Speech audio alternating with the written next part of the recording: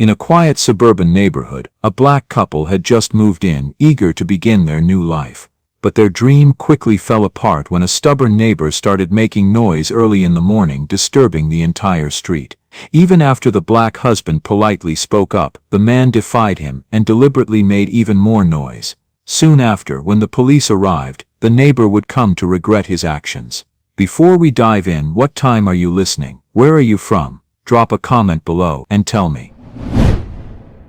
Willowbrook Estates wasn't the kind of place where you expected drama. Tucked away in the suburbs of Richmond, Virginia, it was the type of neighborhood where people moved to escape the chaos of city life. Tree-lined streets, well-maintained sidewalks, and the kind of quiet that made you forget the world had problems. For Marcus Johnson, it had seemed like paradise when he and his wife Lisa first toured the three-bedroom colonial on Maple Street 6 months ago. Marcus was 33, an IT systems engineer who'd spent the better part of his 20s climbing the corporate ladder at a tech firm downtown. He was methodical, patient, the kind of man who read instruction manuals cover to cover and kept his garage organized with labeled storage bins. Lisa, a nurse practitioner, had been the one to spot the house listing online.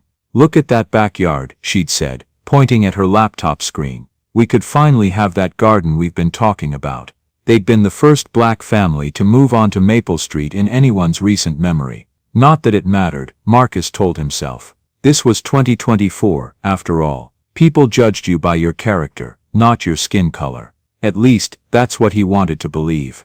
The trouble started on a Sunday morning in late September. Marcus had always been a light sleeper. Maybe it came from years of being on call for system emergencies, always ready to jump up and fix whatever had broken in the middle of the night. So when the mechanical roar of a lawnmower engine fired up at exactly 7 o'clock that first Sunday morning, it cut through his dreams like a chainsaw through silk. He lay in bed for a moment, listening to the persistent droning coming from next door. The sound bounced off houses and fences, amplified by the morning stillness until it seemed to fill the entire neighborhood.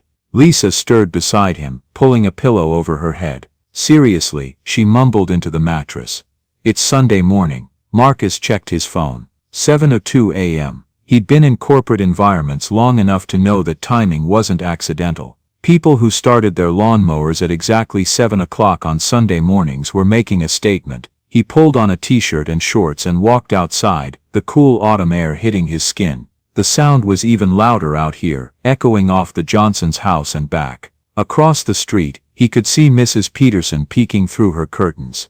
2 houses down, the Kowalskis' upstairs light had come on. The mower belonged to Bob Miller, his next-door neighbor. Marcus had met Bob exactly once, during the moving process, when the older man had emerged from his garage to watch the moving truck navigate the narrow driveway. Bob was probably in his mid-50s, with graying hair and the kind of deep tan that came from years of yard work. He'd given Marcus a brief nod and a handshake that lasted exactly 2 seconds before retreating back inside. Now Bob was methodically pushing his mower back and forth across grass that from where Marcus stood didn't look like it particularly needed cutting. The man moved with the deliberate precision of someone who'd done this exact routine hundreds of times before. Marcus walked over to the property line. "Morning, Bob." Bob looked up but didn't shut off the engine. He had to shout over the noise. "Morning. I hate to bother you, but it's pretty early for lawn work. My wife and I were hoping to sleep in a bit." Bob's expression didn't change. He looked at Marcus for a long moment, then glanced back at his house, where Marcus could see a woman's silhouette in the kitchen window. Bob's wife Karen, Marcus remembered. "This is my property," Bob said, his voice flat. "I can maintain it when I see fit." The words hit Marcus like a slap, not the content. He'd expected some version of that response. It was the tone, cold, dismissive, with an undercurrent of something that made Marcus's stomach tighten. "I understand that," Marcus said, keeping his voice level. "I'm just asking if you might consider starting a little later on weekends. Maybe 9 o'clock. I think there's actually a noise ordinance." "I don't need you to tell me about ordinances."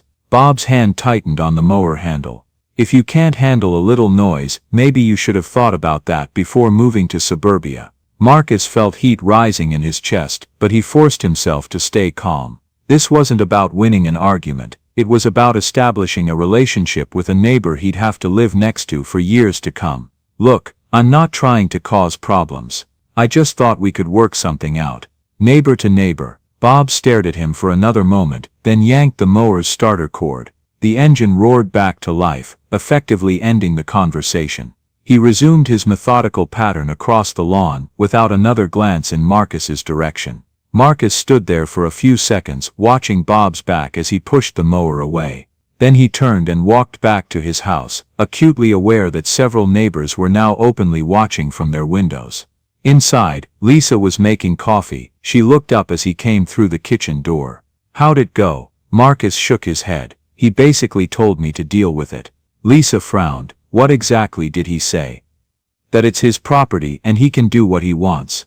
Marcus sat down heavily at the kitchen table, "And that if I can't handle the noise, maybe I shouldn't have moved here." He said that, pretty much. Lisa was quiet for a moment, processing. She'd grown up in Atlanta, had dealt with her share of difficult people. But there was something about the way Marcus described the encounter that bothered her. "Maybe give it a week," she said finally. "See if it's a regular thing, or just a one-off." Marcus nodded, but deep down he already knew. The timing had been too precise, Bob's response too immediate and dismissive. This wasn't about yard maintenance. This was about something else entirely. Outside, the lawnmower continued its relentless droning until nearly 8:30, long after any reasonable amount of grass cutting should have been finished. The following Sunday, Marcus woke up at 6:45 a.m. without an alarm. His internal clock had adapted, bracing for what he somehow knew was coming. At exactly 7 o'clock, the lawnmower started up again. This time, Bob had added a radio. Country music blared from a small portable speaker perched on his back porch, mixing with the mechanical roar of the mower to create a wall of sound that seemed designed to penetrate every wall in the neighborhood. Marcus lay in bed for 10 minutes, listening to the combination of engine noise and Toby Keith, hoping against hope that this was some kind of mistake. Maybe Bob's radio had accidentally turned on. Maybe he didn't realize how loud it was. But when he looked out the bedroom window, he could see Bob glancing toward the Johnson house every few passes, as if checking to see if he'd gotten a reaction. This time, Marcus didn't get dressed first. He pulled on a robe and walked outside in his slippers, angry enough that he didn't care how he looked. Bob looked up and after a moment's hesitation turned off the mower. The radio continued playing. "Could you please turn that down? It's 7 in the morning." "It's not that loud." Bob's voice carried that same dismissive edge from the week before, but now there was something else. A hint of satisfaction, like he'd been waiting for this conversation. "Bob, you've got a radio and a lawnmower going at the same time. The whole neighborhood can hear it. The whole neighborhood can mind their own business." Bob glanced toward Marcus's house again. "Just like you should. I am minding my own business. My business is trying to sleep past 7 on a Sunday morning. Then maybe you should invest in some earplugs." Bob's voice was getting louder. "Or maybe you should have thought about the noise level before you decided to move somewhere with neighbors who actually take care of their property." The words hung in the air between them. Marcus felt something cold settle in his stomach. The emphasis Bob had placed on "you" and "move" wasn't accidental. What's that supposed to mean? "It means exactly what I said." Bob yanked the mower's starter cord. "If you don't like how things work around here, nobody's forcing you to stay." The engine roared back to life. Bob immediately resumed mowing, but now his pattern had changed. Instead of working efficiently across his lawn, he was making extra passes along the property line, bringing the mower as close to Marcus's house as possible. Marcus stood there in his bathrobe, feeling exposed and ridiculous. When he looked around, he could see faces in windows up and down the street. Mrs. Peterson across the way, the young couple 3 houses down. Even old Mr. Kowalski was standing on his front porch, coffee mug in hand, watching the scene unfold. But none of them moved.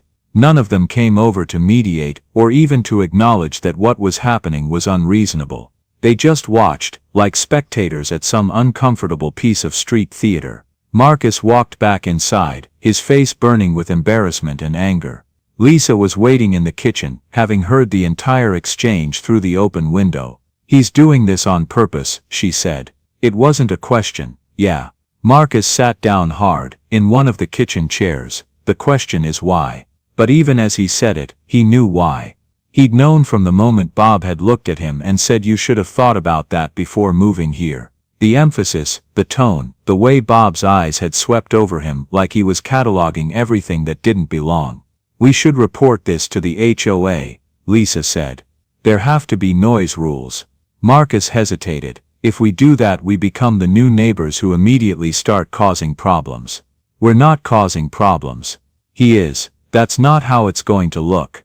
Marcus gestured toward the window, where they could still hear the mower and radio. Look around. How many of our neighbors came over to help just now? How many of them even looked sympathetic? Lisa followed his gaze out the window. The watching faces had disappeared now, curtains drawn, everyone retreating back to their Sunday morning routines. So what do we do? Marcus didn't have an answer. He'd spent his adult life believing that reasonable people could work out reasonable problems through reasonable conversation, but Bob Miller wasn't interested in reason. Bob Miller was interested in making a point. Outside, the lawn mower continued its assault on the morning quiet. Marcus timed it. Bob didn't shut off the engine until 8:47 a.m., nearly 2 full hours of noise on a lawn that clearly hadn't needed that much attention. That afternoon, Marcus walked around the neighborhood, ostensibly checking their mail, but really trying to gauge the mood. He nodded to Mrs. Peterson when she was watering her flowers, but she barely acknowledged him. The Kowalskis were loading groceries from their car, and Mr. Kowalski gave him the same brief uncomfortable nod that Bob had given him during the move. Nobody mentioned the morning's incident, nobody asked if he was okay or offered support. It was as if the entire neighborhood had collectively decided that what happened in Bob Miller's yard was Bob Miller's business, regardless of how it affected everyone else. That night, lying in bed, Marcus stared at the ceiling and wondered if he was losing his mind. Maybe he was overreacting. Maybe this was just how suburban neighbors handled disputes. Maybe the racial undertones he thought he was hearing were all in his head. But then he remembered the satisfaction in Bob's voice when he told Marcus that nobody was forcing him to stay. The way Bob had emphasized you and move like they were dirty words. No, this wasn't in his head, this was exactly what he thought it was. The question was what to do about it.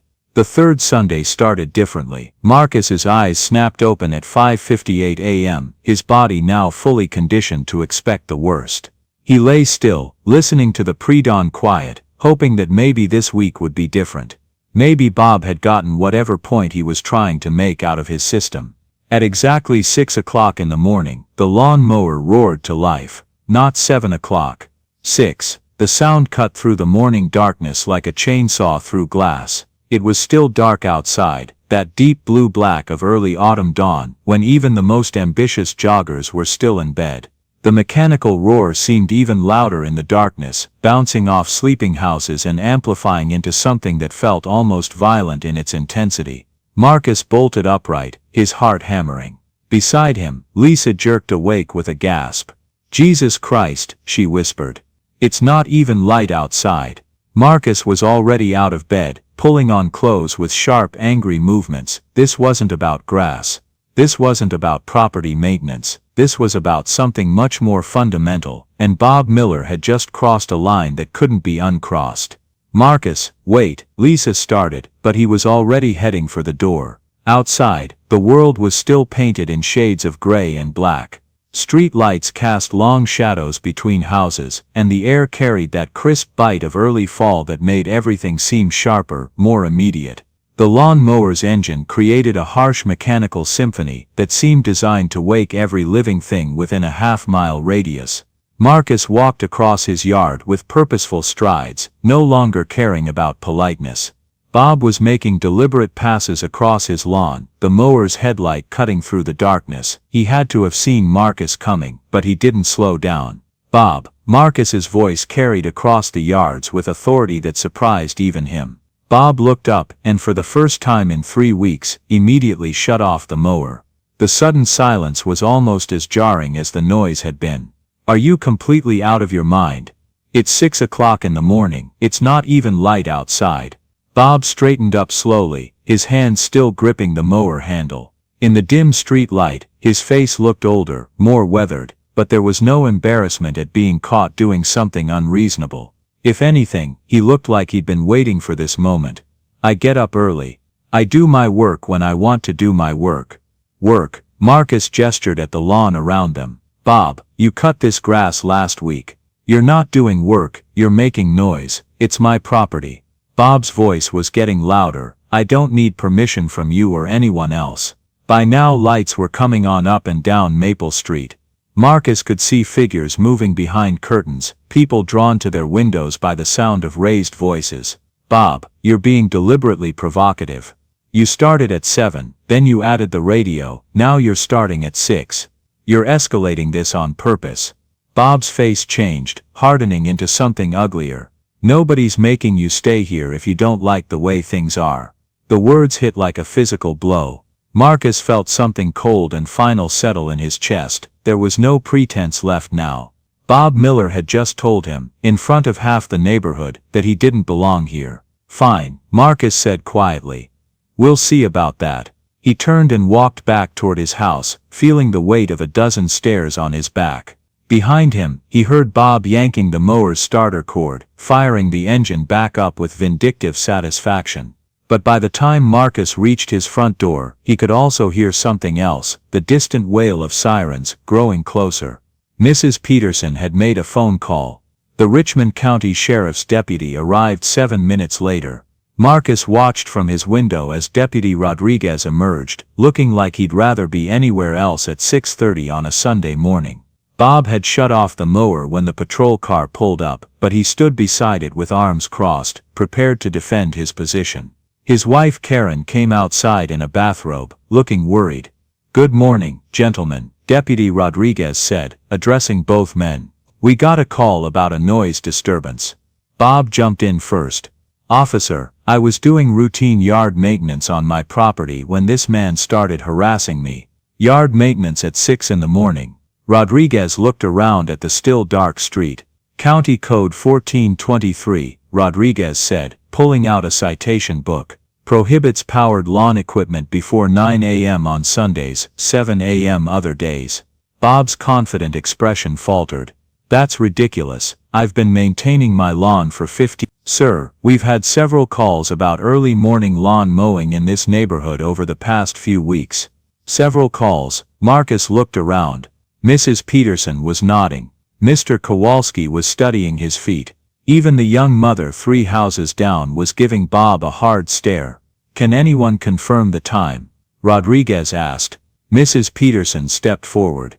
"It was 6 o'clock exactly." Mr. Kowalski nodded. "Woke up my whole house." The young father shifted his daughter to his other arm. "My daughter's been waking up crying for 3 weeks because of the lawn mower." Bob's face reddened. "This is all coordinated." "They're lying, sir. I need you to stop making accusations," Rodriguez said firmly. "Multiple witnesses confirm you were operating power equipment at 6 a.m. on Sunday, violating county noise ordinances. I'm issuing you a citation." "A citation? For taking care of my property?" "For violating noise ordinances, $150 fine for first offense." As Rodriguez wrote the citation, neighbors approached Marcus. Mrs. Peterson was first. "I should have said something sooner." Mr. Kowalski shook his head. Bob's always been difficult, but this was getting out of hand. The young father with the toddler thanked Marcus for standing up to the neighborhood bully. One by one, neighbors who Marcus thought were indifferent offered support and apologies. Bob Miller had been annoying people for years, but nobody wanted to confront him directly. "He holds grudges," Mrs. Peterson explained. "Most of us learned to live with it." Marcus understood. Bob was a bully, and bullies relied on people being too intimidated to stand up to them. It had taken someone with nothing to lose to force the issue into the open. As the patrol car pulled away and neighbors dispersed, Marcus stood in his yard looking at Bob Miller's house. The garage door had slammed shut, curtains drawn tight, but he could see lights on inside. For the first time in 3 weeks, Marcus felt like he could breathe freely in his neighborhood. The law had been on his side. His neighbors had supported him. Justice had been served. The first rays of sunrise painted the sky pink and gold. It was going to be a beautiful morning. Inside the Miller house, the conversation was brutal and brief. 15 years, Karen. Bob said, pacing across their living room. 15 years I've been a good neighbor, and now they act like I'm some kind of criminal. Karen sat on their couch, holding the citation. Bob, you were starting at 6 in the morning. That's not reasonable. Since when is taking care of your property unreasonable? Since when do we let new people dictate how we live? Karen had been married to Bob for 23 years. She recognized the danger signs when his anger was building toward something ugly. Bob, sit down, please. They're going to think you were being inconsiderate, because you were. Bob stopped pacing and stared at her. Whose side are you on? The side of being reasonable. Marcus asked you politely to start later, and instead of working with him you decided to start earlier. What did you think was going to happen? I thought he'd get the message and mind his own business. What message, Bob? That you're willing to wake up the entire neighborhood to prove a point. Bob's jaw worked like he was chewing something bitter. The point is, this is our neighborhood, we built this community. There it was. Karen had been waiting for him to say it directly. Bob, what does Marcus being new have to do with anything? Everything. Bob resumed pacing, voice getting louder. We used to have a neighborhood where everyone understood each other, where people fit in. Bob, listen to yourself. You've been deliberately antagonizing that man for 3 weeks. How is any of that harmony? I was defending my rights. You were being a bully. The words hung in the air. Bob stopped pacing, his face cycling through surprise, anger and hurt. A bully. Yes, Bob, a bully. And now the whole neighborhood knows it. Bob slumped into his recliner like she'd pushed him. For a moment he looked older than his 56 years. I just want things to be the way they were. The way they were when Bob. Things change. Neighborhoods change. People move in and move out, and that's normal. This is different. How? How is this different? Bob was quiet, staring at his hands. When he spoke his voice was barely a whisper. You know how? Karen felt something cold in her stomach. She'd seen the way Bob looked at Marcus Johnson, heard him on the phone with his brother using words she'd asked him not to use. No, Bob. I don't know how. Explain it to me. But Bob shook his head, retreating. Forget it. I'm going to the garage. Karen's voice stopped him at the door. Bob, if you keep this up you're going to lose more than $150. You're going to lose your neighbor's respect. You might lose me. Are you threatening me? I'm telling you the truth. 23 years of marriage, Bob. I won't stand by and watch you turn into someone I don't recognize. Bob disappeared into the garage. Karen sat alone thinking about the man she'd married. Bob had always been stubborn, but he'd also been kind. He'd helped Mrs. Peterson after her husband died, helped the Kowalskis move furniture, even built a little free library for the neighborhood kids. Somewhere along the way that man had gotten lost, replaced by someone angrier, more suspicious. Karen knew when it started, 3 years ago, when Bob was passed over for promotion for someone younger, someone who looked different than Bob expected leadership to look. It had gotten worse during the pandemic, when Bob spent too much time online reading forums that fed his growing sense that the world was changing in ways that left no room for people like him. And now Marcus Johnson had moved in next door, and Bob had found a target for all that accumulated anger and fear. Karen folded the citation. Tomorrow she would pay the fine online just like she handled most of their tasks now. Bob would sulk for weeks. But eventually he'd find something else to be angry about. Unless she stopped it now. I'm telling you the truth. 23 years of marriage, Bob. I've stood by you through a lot of things, but I won't stand by and watch you turn into someone I don't recognize. Bob opened the door without responding and disappeared into the garage. Karen heard the sound of him moving things around, probably reorganizing his tool bench for the 3rd time this month. It was what he did when he was angry and couldn't figure out how to fix whatever was bothering him. She sat alone in the living room, holding the citation and thinking about the man she'd married. Bob had always been stubborn, always been set in his ways, but he'd also been kind, in his own gruff manner. He'd been the one to shovel Mrs. Peterson's driveway after her husband died. He'd helped the Kowalskis move their furniture when they'd remodeled their kitchen. He'd even built a little free library box for the neighborhood kids, though he'd never admitted that he enjoyed watching them pick out books. Somewhere along the way that man had gotten lost, replaced by someone angrier, more suspicious, more willing to see enemies in people who were just trying to live their lives. Karen knew when it had started. She could pinpoint it almost exactly to 3 years ago, when Bob had been passed over for a promotion at the county water department. Passed over for someone younger, someone with a college degree, someone who looked different than Bob expected leadership to look. He'd come home that day talking about diversity hires and political correctness, using phrases he'd never used before. It had gotten worse after the 2020 election. Worse still during the pandemic, when Bob had spent too much time online, reading forums and watching videos that fed his growing sense that the world was changing in ways that left no room for people like him. And now Marcus Johnson had moved in next door, and Bob had found a target for all that accumulated anger and fear. Karen folded the citation and set it on the coffee table. Tomorrow she would pay the fine online, just like she'd handled most of their administrative tasks for the past 5 years. Bob would sulk for a week, maybe 2, but eventually he'd find something else to be angry about. Unless she stopped it now. 3 houses down, Marcus and Lisa sat over coffee, processing the morning's events. "I can't believe how many people came forward," Lisa said. "They were all dealing with the same thing." Marcus nodded. "I keep wondering if I handled it right." "Marcus, you tried to work it out privately." 3 times, he escalated every single time. "I know, it's just everyone on the street knows we called the cops on Bob Miller. Everyone knows Bob Miller was breaking the law and being a jackass. There's a difference." Marcus smiled despite himself. Lisa had a way of cutting through his overthinking. "You think that's all this was? A property rights thing?" Lisa considered the question. She'd heard the same undertones Marcus had heard, the same loaded emphasis in Bob's words. But sometimes it was better to take the win and move forward. Does it matter? Whatever his reasons, he was wrong. The law was on our side. Our neighbors supported us. Marcus nodded, but something still nagged at him. "I hope this is the end of it. $150 fine, criminal charges if he does it again. He'd have to be crazy to keep pushing." Marcus thought about the look in Bob's eyes when he'd received the citation. The naked hostility, the way he'd said "I hope you're happy," like Marcus had committed an unforgivable sin. "Yeah, let's hope so." The rest of Sunday passed quietly. Bob's garage stayed closed, his mower silent.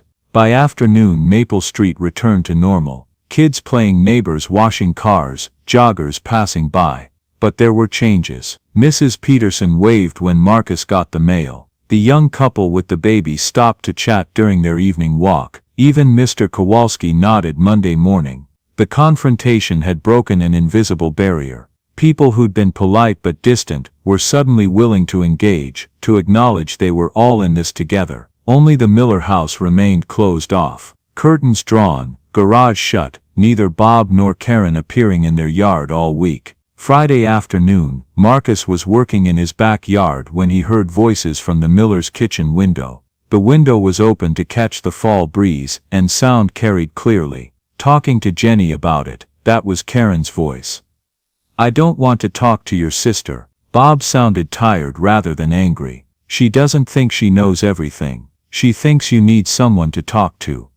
"I don't need therapy, Karen." "I didn't say therapy. I said someone to talk to." Marcus tried not to listen, moving toward his door for privacy, but Bob's next words stopped him. "Whole neighborhood thinks I'm some kind of racist now. Are you?" The question hung in the air. When Bob finally answered, his voice was so quiet Marcus had to strain to hear. "I don't know, maybe. I don't know anymore." Marcus felt something shift in his chest, not forgiveness, not sympathy, but recognition of something human and broken in his neighbor's voice. He went inside and closed his windows, giving the Millers privacy for whatever conversation they needed to have. Saturday morning brought the first frost. Marcus woke early and made coffee, enjoying weekend silence without power equipment. Both lawns were covered in white crystals that made everything look clean. At 8:30, he heard a car starting. Karen was backing out, dressed for somewhere important. Bob stood in the garage doorway watching her go, shoulders slumped. An hour later, Marcus was cleaning his garage when he heard footsteps. Bob stood at the property line, uncomfortable but determined, holding what looked like the citation. "Marcus." "Morning, Bob." They stood there neither sure how to proceed. I owe you an apology. Marcus straightened, surprised. Okay, what I did with the lawn mower. Starting early, making extra noise. That wasn't about property maintenance. Bob's voice was steady but quiet.